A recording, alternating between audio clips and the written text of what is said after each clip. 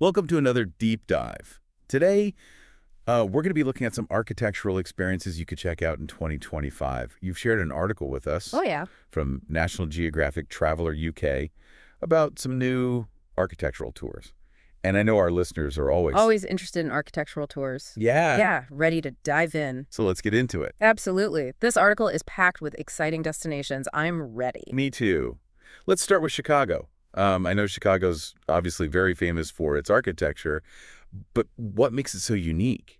Well, you can't talk about Chicago's architecture without mentioning the Great Chicago Fire of 1871. It was a turning point for the city. Right. And I've heard the story about Mrs. O'Leary's cow, Daisy, kicking over a lantern. Right. Though I guess the actual cause is still debated. Exactly. Sometimes myths and legends are just as powerful as the facts themselves. Oh, yeah. But what's undeniable is the fire's impact.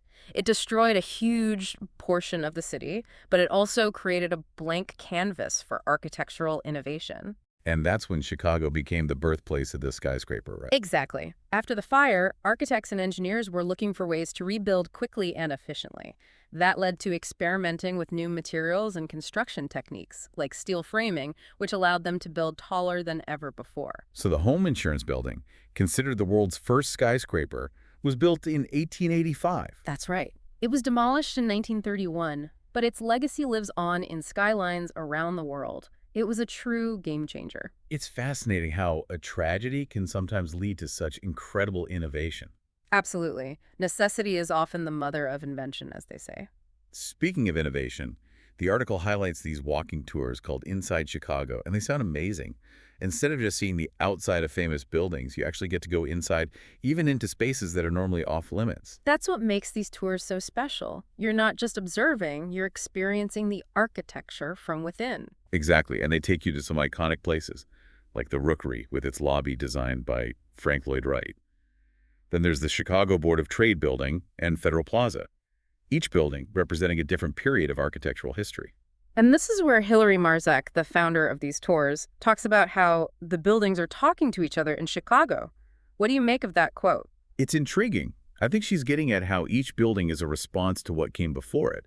They're in conversation with each other through their design materials and function. Precisely. It's like a visual dialogue across time. You see how styles evolve, how architects borrow from each other, how the city's architectural landscape reflects its history and growth. I love that idea. It makes me want to explore each building not just as a standalone structure, but as part of this bigger conversation.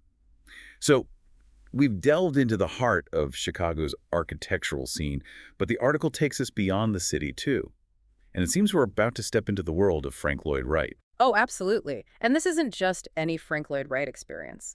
This is a chance to visit a house that was completed in 2007, yet designed by Wright himself decades earlier. Wait, what? How is that even possible? The Masaro House, located on Lake Mahopac in New York's Hudson Valley, was built based on Wright's original drawings.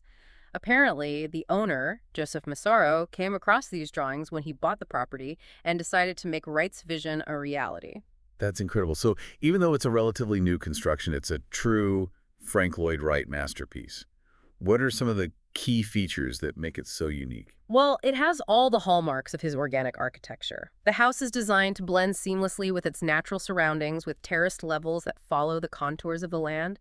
There's also this incredible detail where a massive boulder is incorporated into the design of the kitchen and bathroom. Wow, incorporating a natural element like that right into the structure.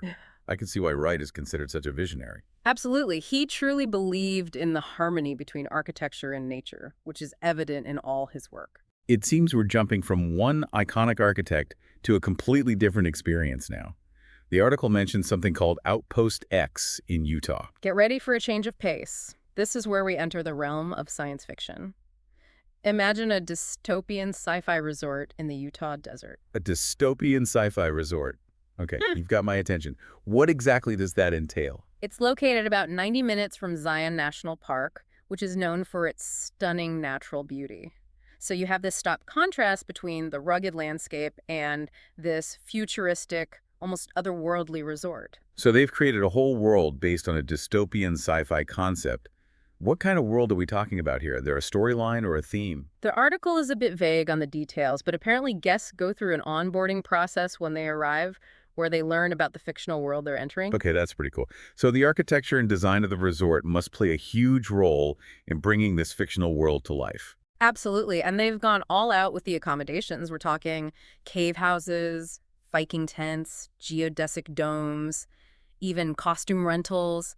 It's all about immersing yourself in this alternate reality. Geodesic domes. I have to admit, I don't really know what those are. They're these spherical structures made up of interconnected triangles. They're incredibly strong and efficient, and they have this very futuristic look. They've been used in everything from greenhouses to space exploration prototypes. Wow, so they fit right in with the sci-fi theme. I'm picturing myself wandering through this desert landscape dressed in some post-apocalyptic outfit with these futuristic domes in the background. It sounds like an experience unlike any other. Exactly. It's a testament to how architecture can transport us to other worlds, even fictional ones. And that's what makes this destination so intriguing. Okay, so we've gone from historic Chicago to a Frank Lloyd Wright masterpiece and now a dystopian sci-fi escape in Utah. What's next on our architectural adventure? Now we're heading to New York City to explore the iconic One Times Square. One Times Square. That's where the New Year's Eve ball drops every year, right? Yeah. But I thought it was just an office building. It has been, but in 2025, they're opening it up to the public for the first time in a big way. Really? That's amazing. Yeah. I've always wanted to see that ball drop in person. But what else will there be to see? They're creating a museum dedicated to the history of the building and Times Square itself, a viewing deck overlooking that famous intersection, and they're even incorporating an augmented reality experience. Wow, they're really going all out. So it won't just be a historical exhibit, but a multi-sensory experience. Precisely. And of course, you'll get an up-close look at the New Year's Eve ball itself. Now that is something I would love to see. I always imagined One Times Square as more of a symbol than a place you could actually experience. I think a lot of people feel that way. But this renovation is going to change all that, offering visitors a chance to delve deeper into the history and legacy of this iconic landmark. It's fascinating how they're transforming this building that was once just a backdrop for the New Year's Eve celebration into a destination in its own right. It's a great example of how buildings can evolve and take on new meaning over time. So we've covered a lot of ground in this first part of our deep dive, from Chicago's architectural rebirth to a Frank Lloyd Wright masterpiece, a sci-fi escape in the desert, and now a Times Square transformation. We've explored a range of architectural styles, historical periods, and even ventured into the realm of science fiction. And yet, each destination offers a unique way to engage with the power of design and how it shapes our experiences. I'm already feeling inspired, and I'm curious to hear what stands out for you, our listener. Of all these destinations, which one speaks to you the most? Perhaps you're drawn to the historical depth of Chicago, or maybe the futuristic allure of Outpost X. Or perhaps you're captivated by the transformation of a New York City icon. We'll continue our exploration in the next part of our deep dive, where we'll delve a little deeper into what makes these destinations so compelling. Until then, happy exploring. Welcome back to our architectural deep dive. I'm still buzzing from all the amazing destinations we talked about in the first part, from Chicago's historic skyscrapers to that sci-fi resort in Utah. It's incredible how architecture can transport us to different worlds and eras. It really is. And it's not just about the buildings themselves, but the stories they tell, the experiences they offer, and the emotions they evoke. Exactly. And speaking of stories, I'm really curious to learn more about those inside Chicago walking tours. The idea of getting access to spaces that are normally off limits is incredibly appealing. They offer a unique perspective on the city's architectural heritage. You're not just admiring the facades, you're stepping inside, experiencing the craftsmanship, the details, the history firsthand. And you mentioned they go to the Rookery, which has that famous lobby designed by Frank Lloyd Wright. What makes that space so special? The Rookery is a fascinating example of how buildings can evolve over time. It was originally designed in 1888 by Daniel Burnham and John Root, pioneers of the Chicago School of Architecture. But in 1905, Frank Lloyd Wright was commissioned to remodel the lobby. Oh, wow. So he was brought in to update an existing space. What did he do to transform it? Wright brought his signature style to the lobby, creating this beautiful light-filled space that contrasts with the heavier, more ornate exterior. He used intricate geometric patterns, stained glass, and a skylight that floods the center of the room with natural light. It sounds like he was really ahead of his time bringing in those elements of nature and light. Absolutely. He was a master at blending the organic with the geometric, creating spaces that felt both grand and intimate. I can only imagine standing in that lobby, surrounded by Wright's design, feeling the history of the building. It would be like stepping back in time. And think about all the people who have walked through that space over the years. Business tycoons, politicians, artists, everyday Chicagoans, each leaving their own mark on the building's history. It's amazing how a building can become a repository of so many stories, so much human experience. And that's part of what makes exploring architecture so fascinating. It's not just about the aesthetics, it's about connecting with the past, understanding the forces that shaped our cities and our lives. You know, while we're on the topic of connecting with the past, I wanted to circle back to Frank Lloyd Wright and that newly built Masaro House.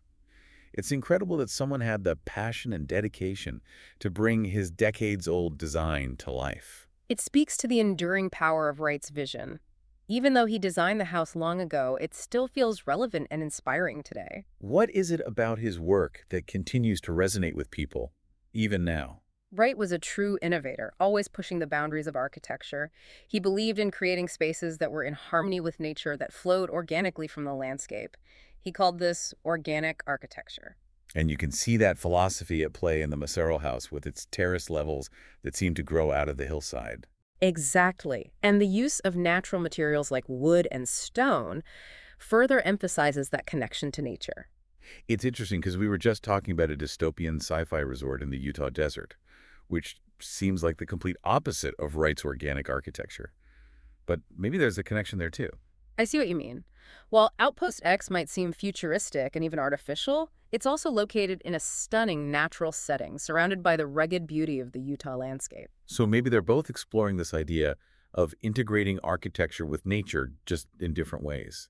Wright with his focus on harmony and organic forms, and Outpost X with this juxtaposition of the futuristic and the natural. That's a great observation. They both challenge our preconceived notions of what architecture can be and how it can interact with its environment. It makes you wonder if those dystopian elements at Outpost X are commentary on how technology is impacting our relationship with nature. That's an interesting thought. Perhaps it's a way of prompting us to think critically about the role technology plays in our lives and how we can ensure it doesn't disconnect us from the natural world. It's definitely a conversation worth having. And it speaks to how architecture can be more than just shelter. It can be a platform for social commentary, for exploring big ideas about our relationship with the world around us. Absolutely. And sometimes a little bit of escapism can help us see things from a fresh perspective. That's so true. Okay, so we've explored Chicago's historic heart, delved into Frank Lloyd Wright's organic architecture, and even ventured into a dystopian sci-fi world. What do you say we shift gears now and head to the bright lights of Times Square and that one Times Square renovation? Let's do it. I'm curious to hear your thoughts on how they're transforming this iconic landmark. Well, I have to admit, I'm a little skeptical. I mean, one Times Square is practically synonymous with commercialism, with those giant billboards flashing advertisements 24/7.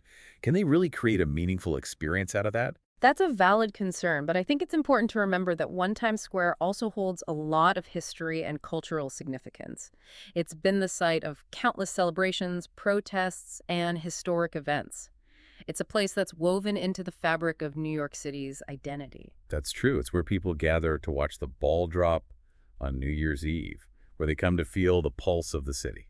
So maybe they can tap into that energy, that sense of shared experience. Exactly. And it sounds like they're trying to do just that. They're creating a museum dedicated to the history of the building and Times Square itself, which will give visitors a chance to learn about its evolution and its impact on popular culture. A museum makes sense, but what about the other attractions they're planning? I'm not sure how they're going to create a viewing deck in a building that's essentially a giant billboard. Well, it seems they're incorporating the billboards into the experience. They're talking about using augmented reality technology to overlay historical images and information onto the billboards, creating this multi-layered visual experience. Wow, that's pretty cool. It's like they're turning the billboards into interactive exhibits. So instead of just being bombarded with advertisements, you're actually engaging with the history and the energy of Times Square. Exactly. They're trying to find a way to celebrate the spectacle of Times Square while also offering a deeper, more meaningful experience. And then there's the New Year's Eve ball itself. I can't imagine getting an up-close look at that iconic symbol. It's amazing how an object can become so imbued with meaning. For so many people, that ball dropping at midnight represents hope, A fresh start, a chance to reflect on the past year and look forward to the future. It's a ritual that's been going on for over a century, bringing people together from all over the world to share in this collective moment of celebration. And now they're giving people the opportunity to experience that magic all year round. It's a clever way to capitalize on the building's fame while also offering something unique and engaging. You know, I have to give them credit for thinking outside the box with this renovation. It would have been easy to just turn one Times Square into another generic tourist trap. I agree. They're taking a risk trying to find a balance between commercialism and cultural significance, between spectacle and substance. It'll be interesting to see how it all comes together, but I have to admit my skepticism is starting to fade. I'm actually getting excited about the possibility of experiencing one Times Square in a whole new light. That's the power of architecture. It can surprise us, challenge us, and even change our minds. So as we wrap up this part of our deep dive, I'm curious, what are your thoughts on these destinations, our listener? Do you share our newfound enthusiasm for One Times Square, or are you more drawn to the quiet beauty of Frank Lloyd Wright's organic architecture? Or perhaps you're still dreaming of that sci-fi escape in the Utah desert. We'll be back for the final part of our deep dive, where we'll continue to explore the architectural wonders that await you in 2025. Welcome back to our architectural deep dive. We've explored a fascinating range of destinations, from Chicago's historic buildings to that mind-bending sci-fi resort in Utah. And, now we're wrapping up with a place that holds a special kind of magic, One Times Square in New York City. It's a building that's instantly recognizable, yet for so long it's been more of a symbol than a place you could actually experience. That's right. It's been this towering billboard home to the New Year's Eve ball drop, but not really a destination in itself. But that's all about to change with this big renovation in 2025, right? Exactly. They're opening it up to the public in a way that's never been done before, creating a multi-sensory experience that celebrates its history and its connection to New York City. We talked about the museum dedicated to the history of One Times Square and Times Square itself. I'm sure that'll be fascinating for anyone interested in the evolution of this iconic intersection. Imagine seeing historical photos and artifacts, learning about the people and events that shaped Times Square. It's like taking a step back in time to experience the glamour, the grit, and the energy that have always defined this place. I'm picturing old theater posters, maybe even costumes from Broadway shows, photos of those legendary New Year's Eve celebrations. Yeah. And I bet they'll have some amazing stories about the building itself. It was originally built as the New York Times headquarters back in 1904, and it's gone through so many transformations over the years. Right. At one point, it was even home to a subway station. Yeah. It's incredible to think about all the layers of history embedded in that one building. Speaking of layers, they're doing something really interesting with the viewing deck they're building. They're incorporating augmented reality into the experience so you can look out over Times Square and see how it's changed over time. Oh, wow. So you could see, for example, what the intersection looked like back when it was still Longacre Square before it was renamed after the New York Times. Exactly. Or you could see images of past New Year's Eve celebrations, or maybe even experience what it was like to be there during some of the major historical events that took place in Times Square. That's brilliant. It takes the idea of a viewing deck to a whole other level. It's not just about admiring the view, but about interacting with it, learning from it. And it plays into our fascination with technology and how it can enhance our experiences. Augmented reality is becoming more and more prevalent, and I think it has a lot of potential in the realm of architecture and design. Absolutely.